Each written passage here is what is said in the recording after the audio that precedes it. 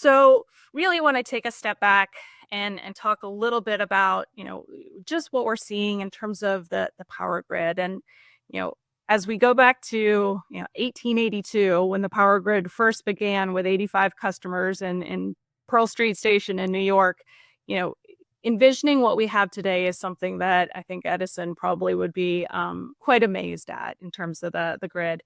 It is one of the most complex machines on Earth. It consists of tens of thousands of power generators delivering electricity across more than 600,000 circuit miles of transmission lines, 70,000 substations, 5.5 million roughly of distribution lines, and 180 million power poles, in case you ever wanted to know.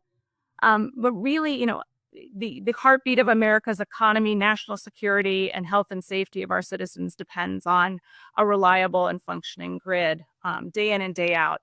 It's an absolute technological wonder. I have devoted my entire career to the energy sector, and especially, power focus over the last decade and a half.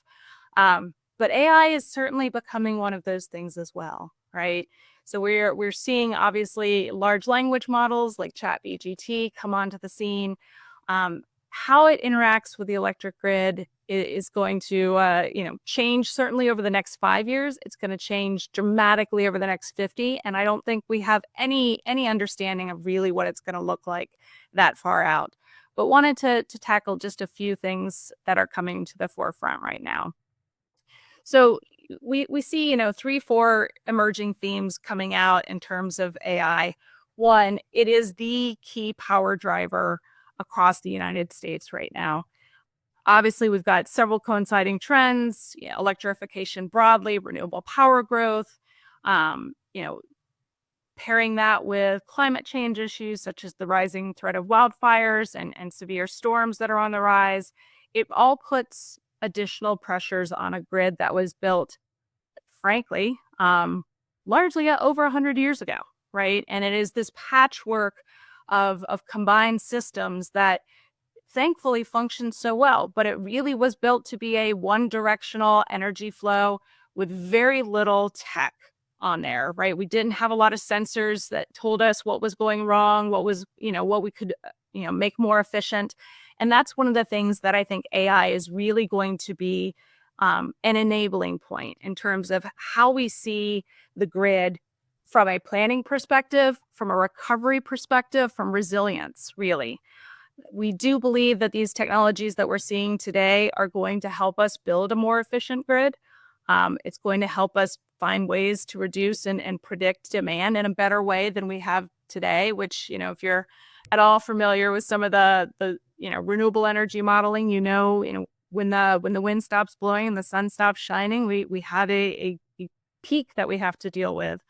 That the onset of AI within the grid is going to help us figure out how to maximize the batteries that we have coming onto the grid, plus renewable energy, plus baseload in a more efficient way. The other thing, AI is an absolute pressure point too, right? We are looking at AI-enabled data centers accounting for, depending on what study you read, 7, 8, 9% of the total U.S. electricity demand by 2030. Right now, it's about 3%, right? So in the next 5, 6 years, we're going to double that. Can the grid withstand that? 10 years ago, an average data center that was popping up here in Northern Virginia would draw maybe about 10 megawatts. 100 megawatts is common today. And when you think about kind of these super-sized cloud computing campuses that are really starting to develop across North America, they take upwards of 500, 600 megawatts.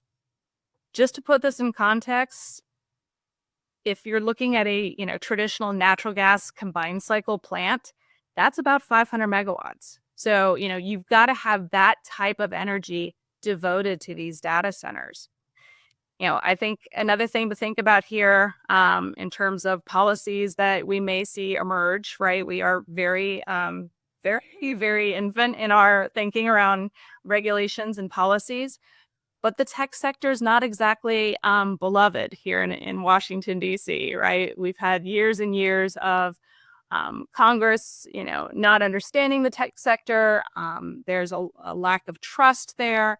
And really, you've got a bit of scattering calls from, Elon Musk's of the world to Zuckerberg to everyone else saying, where we should invest policies and regulations around data and AI and technology writ large. That's all going to come clear. The other thing kind of driving policies moving forward right now is, the president signed last year an executive order, which basically called for the Department of Energy to really investigate and draft some reports and findings around how AI could be used to improve planning, permitting, investment and operations in the grid infrastructure. So DOE has done that. It has certainly, come out with a lot of reports that I'll touch on a little later, and I'm sure Dr. Manick will as well. So we touched on a little of these, but I want to go into a bit more detail here. So to meet the current administration's goals around modernizing and decarbonizing the grid, we have to improve grid planning. This has to be done on a more holistic level than we've ever done before, frankly. Our permitting, our operations, reliability, resilience, all have to be improved. We are coming so close to the line every summer, and I'm not trying to be a scaremonger by any stretch, but if you read the reports by NERC and other entities out there, we are really maximizing and putting a lot of pressure on the grid without a lot of backup here. We obviously are seeing a lot of storms come in, and you look to a situation like Winter Storm Uri that hit Texas back in 2021, and we came within minutes, if not seconds, of really a catastrophic grid failure. And when the grid fails, you can't just bring it back up immediately, right? When you actually have grid failure, you have damage to the system. It takes weeks, if not months, to get that system back up and running. So, this is something that I think, again, AI can help us be more predictive. It can help us in terms of grid control and efficiency, in terms of the storm modeling that we're able to do. It really has a huge benefit for us. One of the things that's really interesting right now, I think it was Duke Energy that was doing it.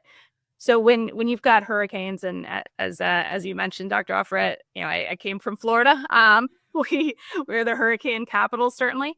And one of those things that we face when we have a hurricane-based storm, or really any high wind storm, is that as a utility, you can't send those bucket trucks out to repair, assess, get crews out on the scene when the winds are over 35 miles an hour. You just can't. It's a safety issue. So we're starting to see folks deploy drones and using AI to really get out into the field first, be able to bring back that information after a storm or as a storm is hitting to see what parts of the system are going down, and really be able to more efficiently deploy field crews on a utility basis to do that, repair work as soon as possible. PG&E out in California is using AI right now along their wildfire mitigation strategies. So, typically the only thing you could do to prevent wildfires around, high-powered electric lines is vegetation management, right? Trimming trees, that sort of thing. Now PG&E is relying on kind of this digital twin technology to do, modeling in terms of the geological and meteorological data that they've got, plus using algorithms to identify near and long-term risks on the line, such as excessively dry vegetation or high winds or, progressive warming in some areas. So we're really starting to see actual resilience impacts of using AI on the grid immediately. As I mentioned, DOE's recently analyzed a lot of these impacts in their recent report called AI and Energy. The National Labs also recently issued an advanced research directions report as well. I would implore everyone to go read. In addition, DOE is going to be convening a lot of us in the utility sector, clean energy developers, data center owners, and grid planners writ large to have more of these conversations to see what we need to do to really, take advantage of what AI can do for the grid and understand what the grid can do for AI as well. I wanted to just, put a quick spotlight on demand growth here. And we talk a lot about demand growth in the electric sector, but 5 years ago, there were a litany of articles, calling for the death spiral of the utility sector, right? That load had, we call load, but demand on the system, consumer growth, residential growth had really kind of dried up. We weren't a country that was focused on manufacturing and industrial load anymore. And really, these utilities were kind of grasping at straws, if you will, in terms of how do we improve? How do we get more customers on our grid? How do we continue to thrive in this environment? Fast forward to the beginning of the Biden administration, the conversation quickly shifted to electric vehicles, right? Electric vehicles were absolutely going to be the main load growth for utilities and across the country. And through the Infrastructure and Investment Act, which was the bipartisan infrastructure bill passed before the Inflation Reduction Act, there was a lot of investment in EVs.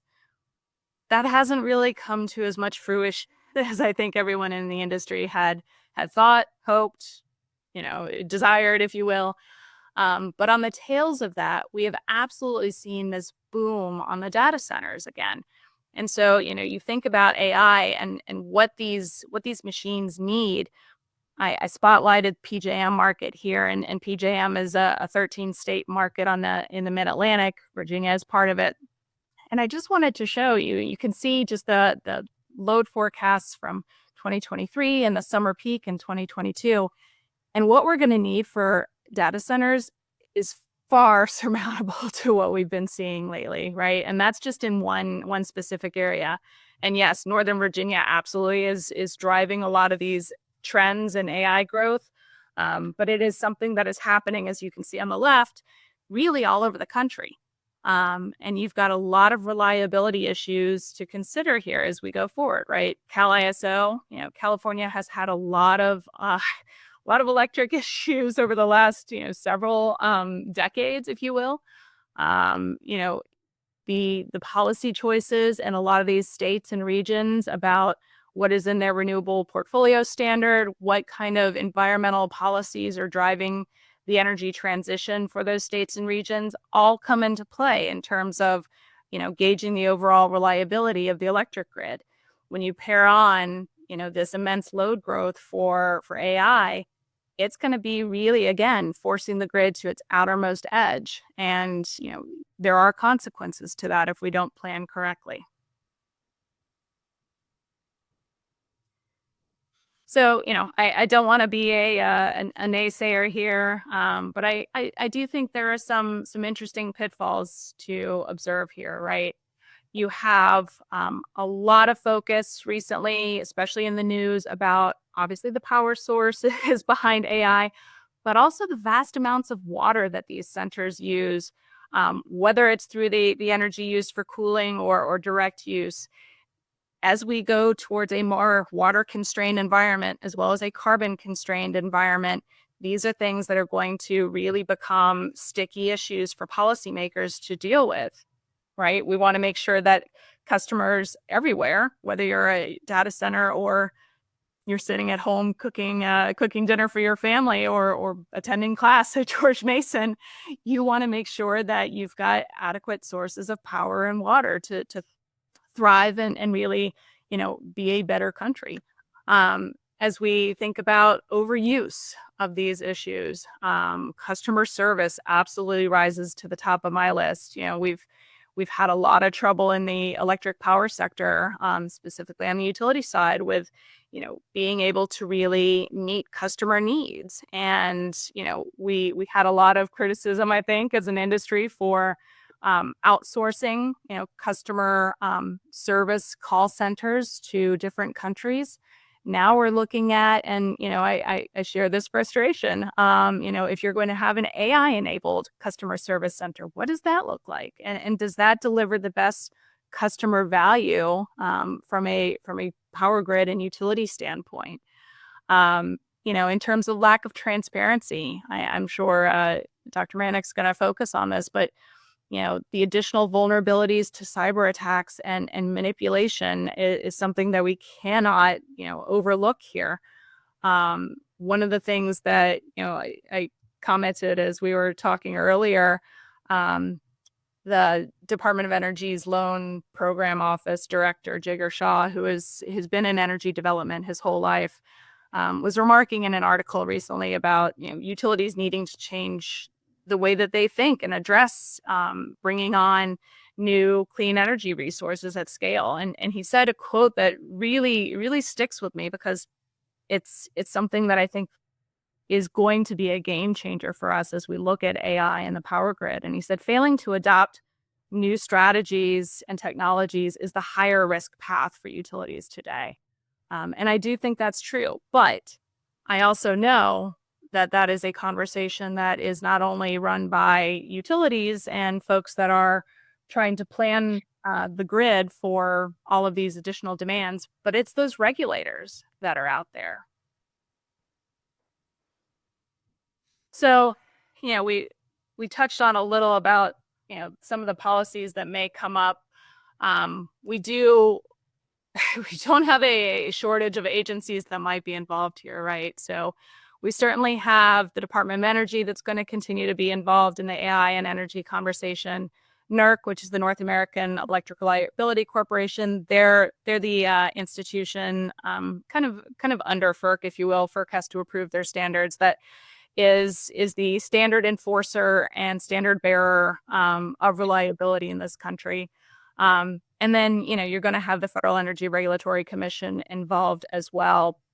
Right now, there's a live issue. I mentioned the PJM market earlier, and there's an issue with a potential power sale to Amazon Web Services to feed one of their data centers in Pennsylvania.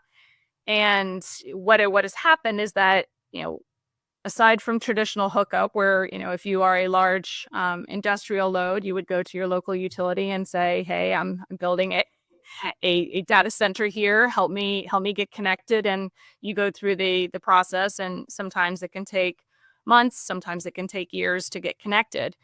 Here, what's happened is that there's been a direct contract with a power generator. So they're kind of skipping around the utility side. Now you've got a situation called co-location, which FERC is going to have a technical conference on in November. So, all of these issues are rolling out, as we start to stumble into, problems and issues and opportunities. Regulators are often going to be on the back foot here. We don't have anything really from Congress right now that is, driving policies and regulation and oversight forward.